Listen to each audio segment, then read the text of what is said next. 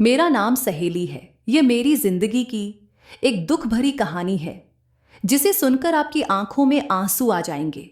मैं एक बंगले में अपनी मालकिन की खास नौकरानी थी। मेरी उम्र 32 साल थी और मेरे 3 बच्चे थे, 2 बेटे और एक बेटी। मेरी मालकिन, जहां मैं पिछले 7 सालों से काम कर रही थी, कि घर में कोई बच्चा नहीं था, जबकि उनकी शादी को 8 साल हो चुके थे। इन 8 सालों में उन्होंने कई डॉक्टरों से इलाज करवाया और कई तांत्रिकों के पास गईं, लेकिन उन्हें कोई संतान नहीं हुई। शायद उनके भाग्य में औलाद नहीं थी। मेरी मालकिन मुझसे बहुत प्यारी थी। उनके और मेरे मालिक के बीच लव मैरिज हुई थी। शादी के 1 साल बाद उन्होंने मुझे नौकरी पर रखा था और मैं उनकी सबसे भरोसेमंद नौकरानी साबित हुई थी। वह अपनी हर अच्छी बुरी बात मुझसे शेयर करती थी। मेरे मालिक को भी बच्चे बहुत पसंद थे। उनका कहना था कि चाहे कुछ भी हो जाए, उन्हें तो बच्चा चाहिए। उनके और मेरी मालकिन के बीच बहुत मोहब्बत थी, लेकिन बच्चा न होने की वजह से मालिक उनसे खफा रहने लगे थे। उनका कहना था कि उन्हें अपना खून चाहिए। मालिक का कहना था कि अगर उनका बच्चा नहीं हुआ तो उनका खानदान खत्म हो जाएगा। मेरे मालिक की जिद थी कि उन्हें अपना ही खून चाहिए। मेरी मालकिन ने हर संभव कोशिश कर ली थी, लेकिन वह प्रेग्नेंट नहीं हो पा रही थी। उन्होंने जादू टोना भी करवाया था, पर सब बेकार रहा। मालिक ने दूसरी शादी करने का पक्का इरादा कर लिया था। मेरी मालकिन अपने पति से बहुत प्यार करती थी और नहीं चाहती थी कि उनके पति किसी दूसरी औरत को घर में लाएं। मैंने मालकिन की बहुत मदद की थी। वे जहां भी जाती थीं, मुझे अपने साथ ले जाती थीं। लेकिन इस बार मालिक ने दूसरी शादी का पक्का इरादा कर लिया था। मालकिन बहुत परेशान थी। मैंने उन्हें तसल्ली देने की कोशिश की, लेकिन उनका दर्द बहुत गहरा था। उन्होंने मुझसे कहा कि वह अपने पति की दूसरी पत्नी को बर्दाश्त नहीं कर सकती। एक दिन जब मालकिन बहुत परेशान थी, उन्होंने अचानक मुझसे पूछा, सहेली, क्या तुम मेरी मदद कर सकती हो? मैंने कहा, हाँ मालकिन, मैं हमेशा आपकी मदद करने के लिए तैयार हूं। आपको कहने की जरूरत नहीं है, बस बताइए मुझे क्या करना है। मालकिन ने कहा, मैं आज तुमसे ऐसी मदद मांगने जा रही हूं जो शायद तुम कभी तैयार न हो। उनकी बात सुनकर मैं हैरान हो गई। मैंने कहा, मालकिन, मैं आपकी हर तरह से मदद करूंगी। आप बताइए मुझे क्या करना है। मालकिन ने मेरी आंखों में देखते हुए कहा, जो बात अब मैं तुमसे कहने जा रही हूं वह तुम्हारे लिए सुनना और करना बहुत मुश्किल होगा। मैंने कहा, मालकिन आप बताइए, मैं आपकी मदद से इनकार नहीं करूंगी। मालकिन ने जो बात कही उसे सुनकर मेरे पैरों तले जमीन खिसक गई। मालकिन की बात सुनकर मैं एक पल के लिए शॉक्ड रह गई। मालकिन मेरे चेहरे के एक्सप्रेशन देख रही थी और समझ गई थी कि मैं कंफ्यूज हो गई हूं। फिर उन्होंने कहा, मैं जानती थी कि तुम मेरी मदद नहीं करोगी। इस मामले में काम बहुत मुश्किल था और कोई भी औरत इसे आसानी से नहीं करेगी। मैंने मालकिन से कहा, मालकिन, ऐसा कैसे हो सकता है? मैं इतना बड़ा काम कैसे कर सकती हूं? यह काम गुप्त रखना पड़ेगा और इससे जितना नुकसान मुझे होगा, उससे कहीं ज्यादा आपको ही होगा। मैं आपकी मदद करने के लिए तैयार हूं, लेकिन मैं सोच में पड़ गई थी। मालकिन ने कहा, अगर तुम मेरी मदद करोगी तो मैं तुम्हें 50 लाख रुपए दूंगी। 50 लाख रुपए सुनकर मेरे होश उड़ गए थे। मैंने जिंदगी में कभी इतने पैसे नहीं देखे थे। मेरी आंखों के सामने 50 लाख रुपए लहराने लगे थे, क्योंकि मैं बहुत गरीब थी। मेरी शादी एक गरीब किसान के साथ हुई थी। मेरा पति गांव में हमारे बच्चों के साथ रहता था और मैं शहर में मालकिन के घर नौकरी करती थी। मैं हर महीने अपने पति को पैसे भेजती थी। जब से मैंने यहां काम करना शुरू किया था, मेरे पति ने नौकरी छोड़ दी थी और उसने लाखों रुपए का कर्ज ले रखा था। हमारे ऊपर करीब 5 लाख रुपए का कर्ज था। ये 50 लाख रुपए हमारे बहुत काम आ सकते थे। रकम बहुत बड़ी थी और काम आसान, लेकिन मुझे डर था कि मेरा पति इस काम के लिए अनुमति देगा या नहीं।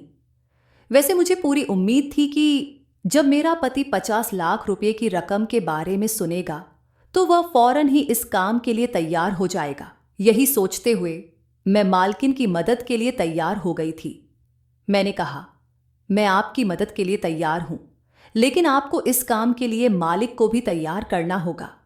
अगर किसी को इस बारे में पता चल गया तो आपकी रेपुटेशन पर भी असर पड़ेगा। सबसे बड़ी बात यह है कि क्या मालिक इस काम के लिए राजी हो जाएंगे? मालकिन ने कहा, जब मेरा पति दूसरी शादी के लिए तैयार है तो इस काम के लिए भी आसानी से तैयार हो जाएगा। मैं यह बात अपने दिल पर पत्थर रखकर कह रही हूं। मैंने कहा, मालकिन, आप एक बार मालिक से बात कर लो, उसके बाद ही हम इस काम की शुरुआत करेंगे। यह बहुत बड़ा और रिस्की काम है। मालकिन ने कहा, मैं जानती हूं कि यह कोई छोटी मोटी बात नहीं है। मैंने बड़ी मुश्किल से यह फैसला किया है और अब मैं अपने फैसले से पीछे नहीं हटूंगी। बस तुम मेरी मदद करने के लिए तैयार हो जाओ। मालकिन ने कहा कि वह अपनी सारी जिंदगी के लिए सौतन बर्दाश्त नहीं कर सकती, लेकिन एक रात के लिए परेशानी से गुजर सकती हैं। मैंने भी अपने दिल को पक्का कर लिया था। पहले मुझे अपने पति से अनुमति लेनी थी, उसके बाद मुझे इस काम को अंजाम देना था। मैंने अपने पति को फोन किया और मालकिन को मालिक के आने का इंतजार था। हमारा प्लान यह था कि मैं मालकिन के पति का बच्चा पैदा करूं। मालकिन ने कहा था कि वह जिंदगी भर की सौतन बर्दाश्त नहीं कर सकती, लेकिन एक रात के लिए अपने पति को किसी दूसरी औरत के साथ सिर्फ बच्चे की खातिर बर्दाश्त करने में कोई हर्ज नहीं। मालकिन ने कहा कि तुम मेरी जगह मेरे कमरे में जाओगी और मेरे पति के साथ संबंध बनाओगी। जब तुम प्रेग्नेंट हो जाओगी और बच्चा पैदा हो जाएगा तो वह बच्चा हमें दे दोगी। इसके बदले मैं तुम्हें 50 लाख रुपए दूंगी। मुझे इस काम से कोई प्रॉब्लम नहीं थी, क्योंकि मेरे पास पहले से ही 3 बच्चे थे। भगवान ने मुझे बेटा और बेटी दोनों दिए थे। मालकिन ने यह भी कहा था कि बच्चा पैदा होने के बाद मुझे अपने गांव लौट जाना होगा और फिर वे मुझे नौकरी पर नहीं रख सकेंगी। यह सुनकर मुझे बुरा लगा था। मैंने उनसे कहा था, फिर मैं कहां काम करने जाऊंगी और मेरे घर का गुजारा कैसे चलेगा? मालकिन ने कहा, 50 लाख रुपए मिलने के बाद तुम्हें नौकरी करने की जरूरत नहीं है। अगर फिर भी तुम्हें दिक्कत हुई तो मेरा नंबर तुम्हारे पास है, तुम मुझे कॉल कर सकती हो। मैं तुम्हारी सारी जिंदगी की एहसानमंद रहूंगी और तुम्हारी मदद करती रहूंगी। मालकिन की यह बात सुनकर मैं खुश हो गई थी। मैंने अपने पति को फोन किया और सारी बात बता दी। पहले तो मेरे पति को गुस्सा आया, लेकिन लालच में वह तैयार हो गया। मालकिन ने जब मुझे बताया कि उनके पति भी इस काम के लिए तैयार हो गए हैं, तो हम दोनों ने प्लान पर काम करना शुरू कर दिया। रात होते ही मालकिन ने मुझे मालिक के कमरे में भेज दिया। आज मैंने मालकिन की आंखों में आंसू देखे थे। उन्हें इस तरह तड़पते हुए देखा था जैसे कोई मछली बिना पानी के तड़पती है। कभी कभी औरत इतनी मजबूर हो जाती है कि उसे जो नहीं करना होता वह करना पड़ता है। आज मैं मालकिन को बहुत लाचार और मजबूर देख रही थी। उन्होंने मुझे गले लगाया और कहा, मुझे निराश मत करना। जिस इरादे से मैं तुम्हें भेज रही हूं, भगवान करे मेरा वो इरादा पूरा हो जाए और मेरे पति को औलाद मिल जाए, ताकि मेरे बच्चे की कमी पूरी हो जाए और मेरा पति भी मुझसे अलग ना हो। मैं माली के कमरे में चली गई थी और मालकिन नींद की दवाई खाकर अपने कमरे में सोने चली गई थी। वह रात शायद मालकिन के लिए कांटों पर गुजरी थी। जैसा हमने सोचा था वैसा ही हुआ। हमें ज्यादा इंतजार नहीं करना पड़ा और जल्दी ही मेरी तबीयत खराब रहने लगी। मालकिन ने मुझे शहर की सबसे अच्छी डॉक्टर को दिखाया। डॉक्टर ने गुड न्यूज दी कि मैं प्रेग्नेंट हूं। मालकिन और मालिक बहुत खुश हो गए थे। खासकर मालिक की खुशी का ठिकाना नहीं था। भगवान ने हमें ज्यादा इंतजार नहीं कराया था।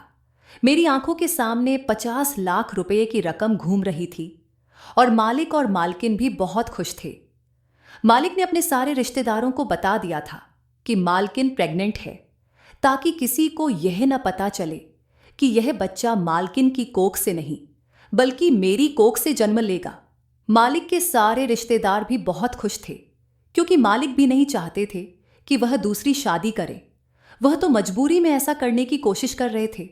अगर मालिक को दूसरी शादी करनी होती तो वह काफी साल पहले ही कर चुके होते। लोग तो बच्चा न होने पर 2-3 साल में ही दूसरी शादी की तैयारी शुरू कर देते हैं। मालिक तो फिर भी मालिक थे और इतने अमीर थे। कोई भी औरत उनसे आसानी से शादी कर लेती, लेकिन अब उन्होंने पक्का इरादा कर लिया था। जमाने और रिश्तेदारों के दबाव में आकर वह दूसरी शादी के लिए तैयार हो गए थे। अब उनकी सालों पुरानी तमन्ना पूरी होने वाली थी। मालिक की खुशी देखकर मुझे एक लम्हे के लिए घबराहट हो गई थी। शुरू में मुझे लगा कि सब अच्छे से हो जाएगा, लेकिन जैसे जैसे दिन गुजरते गए मेरी घबराहट बढ़ती चली गई। मैं परेशान थी और मालिक और मालकिन अपने बच्चे के आने के सपने देख रहे थे। वह दोनों मेरा बहुत ख्याल रख रहे थे।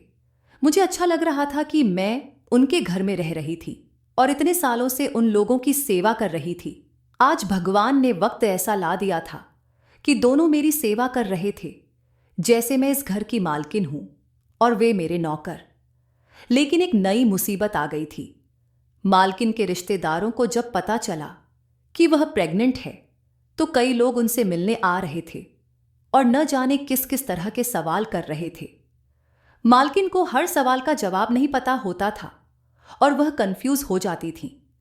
इस बात से परेशान होकर मालिक ने कहा कि हमारे बंगले में रहना ठीक नहीं है। यहां पर कोई न कोई आता जाता रहता है और मालकिन की प्रेगनेंसी पर किसी को यकीन भी नहीं आ रहा था।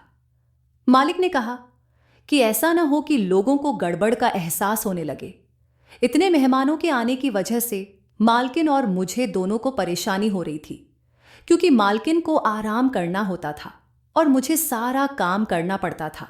इसलिए मैंने मालकिन को सुझाव दिया कि हम उनके दूसरे शहर में बने रिसॉर्ट में रहने चले जाते हैं। वहां पर हम आराम से वक्त गुजार सकते हैं और मालिक अपने रिश्तेदारों को बता देंगे कि मालकिन अपने मायके में रह रही है। इस तरह कोई भी रिसॉर्ट में नहीं आएगा और हम वहां आसानी से टाइम बिता लेंगे। मालिक को मेरा सुझाव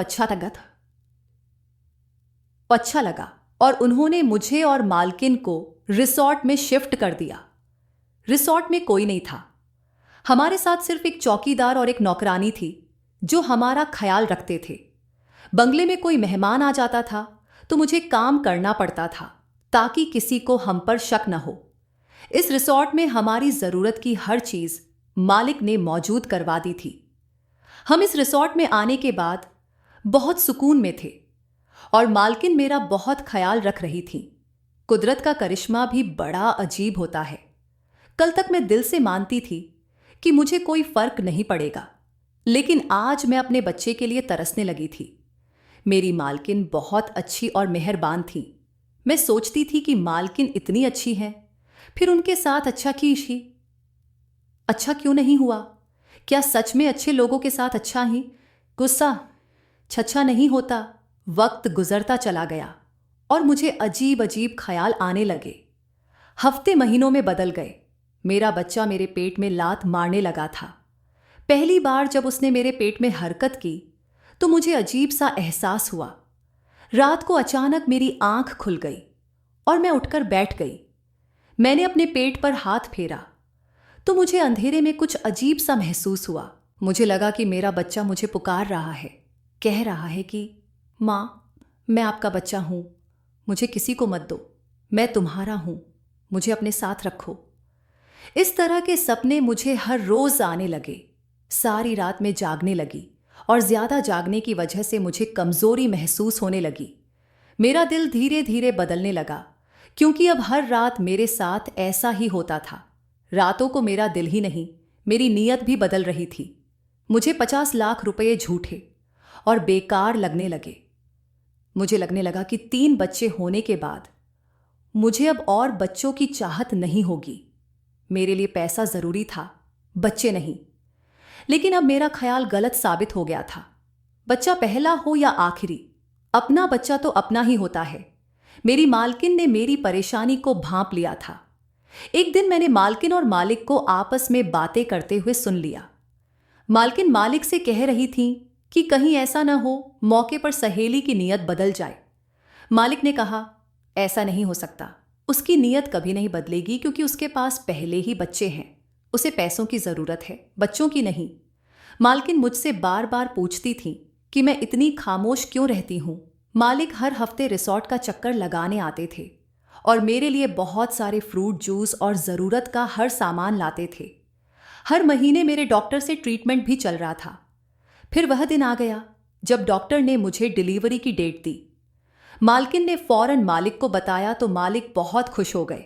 उन्होंने मेरे इलाज के लिए मालकिन को बहुत सारे पैसे दे दिए और कहा कि किसी भी चीज में कोई कमी नहीं आनी चाहिए। इधर मेरा दिल बार बार अपने इस बच्चे के लिए परेशान था। रात का समय था और मालकिन ने कहा कि सुबह हमें हॉस्पिटल जाना है क्योंकि मेरा बच्चा पैदा होने में अब बस एक रात ही रह गई थी।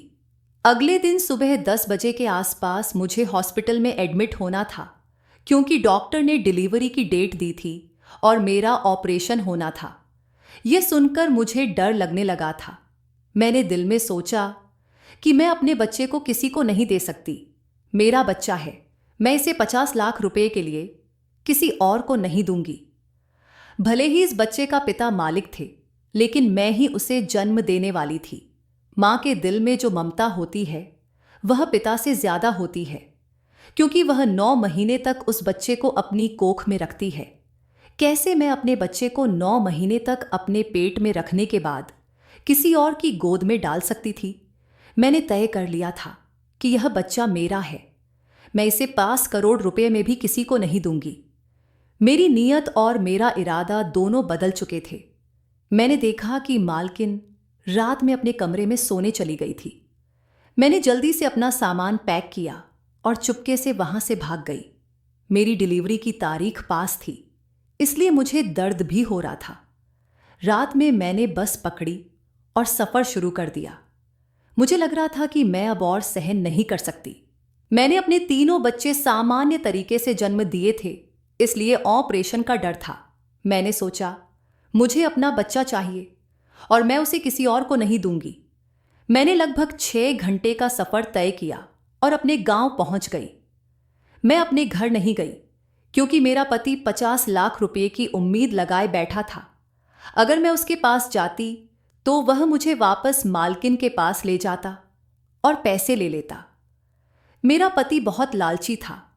उसने पैसे की वजह से मुझे किसी और के साथ रहने दिया। मैं गांव के पास दाई शारदा के पास चली गई। मेरे बाकी बच्चे भी उसी ने पैदा किए थे। मैंने दरवाज़ा खटखटाया। सुबह के 8 बजे थे, गर्मियों की सुबह। शारदा ने दरवाज़ा खोला और मुझे देखकर हैरान हो गई। उसने कहा, अब की बार तुम जल्दी नहीं आई हो। मैंने कहा, शायद भगवान की यही मर्जी थी। मैंने उसे बताया कि मुझे दर्द हो रहा है और मुझे जल्द से जल्द बच्चे की डिलीवरी चाहिए। मुझे डर था कि मालिक के आदमी आकर मेरा बच्चा न छीन ले। शारदा ने मुझे अंदर लिया और मेरी डिलीवरी करवाई। 1 घंटे के बाद मेरा बच्चा पैदा हुआ। मेरी खुशी का ठिकाना नहीं था। मैंने फैसला किया कि मैं अपने बच्चे को लेकर यहां से दूर चली जाऊंगी ताकि कोई मुझे ढूंढ न सके। मैं नहीं चाहती थी कि मालिक और मालकिन को पता चले कि मैं भाग गई हूं। मैं बच्चे को लेकर दूर गांव में बस गई और वहां काम करना शुरू कर दिया। मुझे मेरे किए की सजा मिली। मुझे कैंसर हो गया और गांव वालों ने मुझे अस्पताल में भर्ती करवाया। वहां पता चला कि मेरे पास ज्यादा समय नहीं है। मैंने अपनी जिंदगी की कहानी लिखनी शुरू कर दी ताकि कोई और मेरी गलती न दोहराए। मेरा बेटा 15 साल का हो गया और उसने मेरी डायरी पढ़ ली। उसे मेरी सच्चाई का पता चला और उसने मुझसे सवाल किए। जब उसने मुझे डायरी दिखाई तो मैं सदमे में थी। मेरी तबीयत बिगड़ने लगी, लेकिन मेरे बेटे ने मेरी जान बचाने की पूरी कोशिश की। उस डायरी में शहर के पते में मालिक और मालकिन का बंगला लिखा हुआ था। मेरा बेटा मुझे गांव में मासी के पास छोड़कर मालिक और मालकिन के पास चला गया और मेरी डायरी भी अपने साथ ले गया। मैंने उसे रोकने की बहुत कोशिश की, लेकिन उसने मेरी एक न सुनी। वह अकेला ही चला गया और वहां जाकर उसने सारी सच्चाई मालिक और मालकिन को बता दी। मालिक और मालकिन को बहुत गुस्सा आया और उन्होंने सोचा कि यह बच्चा झूठ बोल रहा है। लेकिन जब उन्होंने उसकी शक्ल गौर से देखी तो हैरान रह गए। मालिक के गाल पर एक छोटा सा निशान था और वही निशान इस लड़के के गाल पर भी था। इससे साफ हो गया कि यह लड़का मालिक का ही बेटा है। उसके हाव भाव भी मालिक की तरह ही थे। अब मालिक और मालकिन को यकीन हो गया कि यह उनकी औलाद है। मालिक और मालकिन अपने गुस्से के बावजूद भी उसकी मदद करने के लिए तैयार हो गए। लड़के ने उनसे कहा, आप लोग मेरी मां की जान बचा लीजिए, उन्हें शहर ले जाकर इलाज करवाना है, नहीं तो वह मर जाएंगी। मालिक और मालकिन का अब तक कोई बच्चा नहीं हुआ था और मेरे भाग जाने के बाद उन्होंने बच्चे की ख्वाहिश छोड़ दी थी, क्योंकि मालिक का मानना था कि शायद भगवान नहीं चाहते कि उनके पास बच्चा हो। जब मालिक और मालकिन उस लड़के के साथ मुझसे मिलने आए तो मुझे देखकर उनकी पुरानी यादें ताज़ा हो गईं। उन्होंने मुझे इतनी बीमार देखकर माफ कर दिया, लेकिन शिकायत की कि मैंने उनके साथ अच्छा नहीं किया था। उन्होंने बताया, जब तुम भाग गई तो हमने लोगों से कहा कि हमारा बच्चा अस्पताल में पैदा हुआ था, लेकिन वहां से चोरी हो गया और उसका कुछ पता नहीं चला। हमें क्या पता था कि आज 15 साल बाद हम अपने बेटे को इस तरह देखेंगे। मैंने मालिक और मालकिन से हाथ जोड़कर माफी मांगी। उन्होंने मुझे माफ कर दिया और मुझे शहर ले जाकर एक अच्छे अस्पताल में इलाज करवाया। भगवान ने मुझे नई जिंदगी दी थी। मेरी गलती बहुत बड़ी थी, जिसके लिए मौत भी कम सजा थी, लेकिन मेरे बेटे की दुआओं और मेहनत की वजह से मैं बच गई थी। मेरे बच्चों को भी पता चल गया था कि मैं 15 साल तक कहां छुपी रही। मेरा पति 10 साल पहले एक एक्सीडेंट में मर गया था। मेरे बच्चों ने मुझे तलाशने की बहुत कोशिश की। मैंने अपने तीनों बच्चों का भी दिल दुखाया था। उन्हें छोड़कर चली गई थी। मेरे तीनों बच्चे अब जवान हो गए थे और मालिक का बेटा 15 साल का हो गया था। मैंने मालिक और मालकिन का बेटा उन्हें सौंप दिया था, लेकिन बहा। शायद यही मेरी गलती का पश्चाताप है। मैं इसी तरह अपनी गलती सुधार सकती हूं। मैं अब और इन पति पत्नी के साथ गलत नहीं कर सकती। इन्हीं की वजह से तो मेरी जिंदगी बच सकी है। मैं तुमसे मिलने आती रहूंगी, लेकिन तुम्हारे असली पिता तो मालिक ही हैं। इस तरह से मैं अपने गांव बच्चों के पास चली गई और मालिक मालकिन को उनका बेटा वापस कर दिया। अब सभी अपनी जिंदगी में खुश हैं। मैं अपने बच्चों के साथ रहकर खुश हूं और मालिक मालकिन अपने बेटे के साथ खुश हैं। इतने सालों बाद भी उन्होंने अपना वादा निभाया और उनका बेटा सौंपने पर मुझे 50 लाख रुपए दे दिए। मुझे इन पैसों की जरूरत नहीं थी, लेकिन उन्होंने कहा कि अब तुम्हारा पति भी नहीं है, ये पैसा रख लो, तुम्हारे काम आएगा। मुझे अफसोस हो रहा था कि मैंने कितने अच्छे पति पत्नी के साथ गलत किया, लेकिन मुझे अपने छोटे बेटे की याद अभी भी सताती है। जब मुझे उसकी याद आती है तो मैं उससे मिलने के लिए चली जाती हूं। मालिक मालकिन ने लोगों को बताया कि उनका वही बेटा है जो अस्पताल से चोरी हो गया था और अब 15 साल बाद उन्हें मिल गया। मेरे बेटे ने मालिक मालकिन को अपने माता पिता मान लिया था और वह उनके साथ उनके घर में अब बहुत खुश है। दोस्तों, उम्मीद करती हूं कि आपको हमारी कहानी पसंद आई होगी। अगर कहानी पसंद आई है तो वीडियो को लाइक करें। चैनल पर नए हैं तो चैनल को सब्सक्राइब करें और नोटिफिकेशन बेल को जरूर दबाएं ताकि अगली अपडेट सबसे पहले आपको मिले।